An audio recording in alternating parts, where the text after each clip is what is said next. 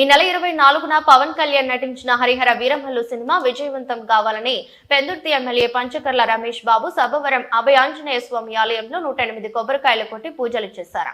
ఈ సందర్భంగా ఆయన మాట్లాడుతూ రేపు బైక్ ర్యాలీ సినిమా విడుదల రోజు అక్కడి అభిమానులు ప్రేక్షకులకు పళ్ళు పంపిణీ చేస్తామని అన్నారు. చారిత్రాత్మక చిత్రం కావడంతో తాము పార్టీ తరపున సినిమా విజయవంతం చేసేందుకు అందరూ కృషి చేయాలని కోరారు. కార్యక్రమంలో జనసేన నాయకులు పంచకర్ల వెంకటేశ్వరరావు, ఇందల రమణ, సాలపు వెంకటేశ్వరరావు, కర్రి కనకరాజ, వెన్నెల నరేష్, సభవరపు రవి, గండి దుర్గాప్రసాద్, బంతికోళ్ల పద్మ, కిల్లి వెంకట సత్యనారాయణ, కొల్లి కుమారస్వామి తదితరులు పాల్గొన్నారు.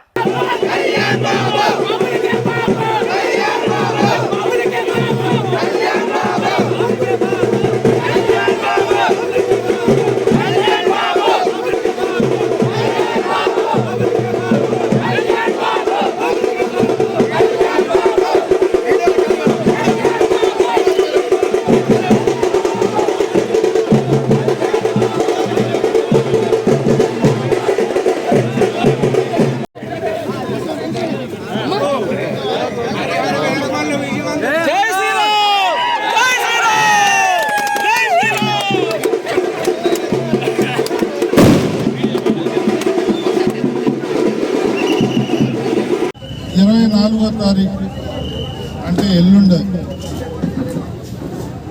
రాష్ట్ర జనసేన పార్టీ అధ్యక్షులు, రాష్ట్ర ఉప ముఖ్యమంత్రి పవన్ కళ్యాణ్ గారు ఉప ముఖ్యమంత్రిగా ప్రమాణ స్వీకారం చేసిన తర్వాత విడుదలవుతున్న మొట్టమొదటి సినిమా హరిహర వీరమల్లు.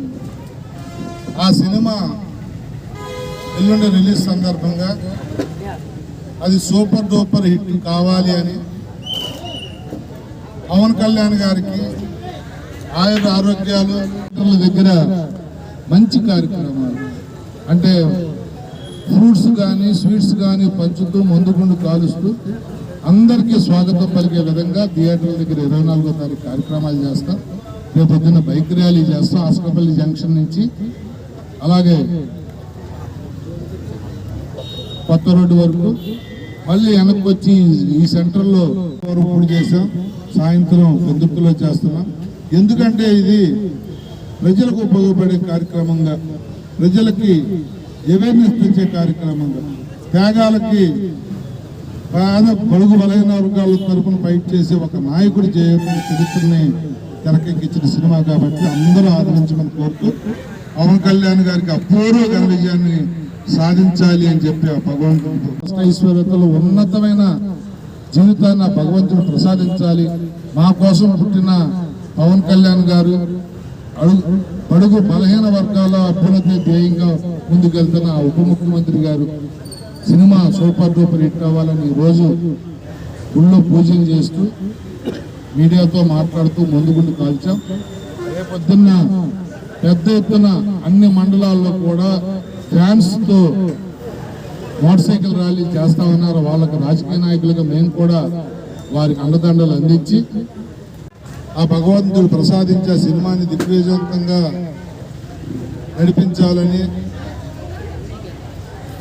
ఈరోజు మేము గుళ్ళలో ఆంజనేయ స్వామి టెంపుల్లో సపవరంలో పెద్ద ఎత్తున పూజలు నిర్వహించాం. ఉదయం పరవాడలో, ఇప్పుడు సపవరంలో. ఎందుకంటే సినిమా రిలీజ్ అనేది కొత్త కాకపోయినప్పుడు పవన్ కళ్యాణ్ గారికి ఈ సినిమా 2 కారణాలు. ఒకటి, ఉప ముఖ్యమంత్రిగా రిలీజ్ అవుతున్న మొట్టమొదటి సినిమా అయితే. 2,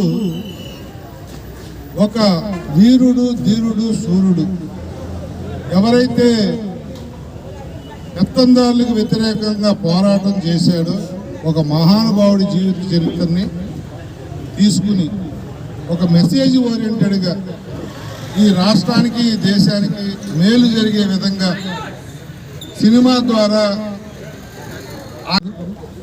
పవన్ కళ్యాణ్ గారికి సినిమాలు కొత్త కాదు.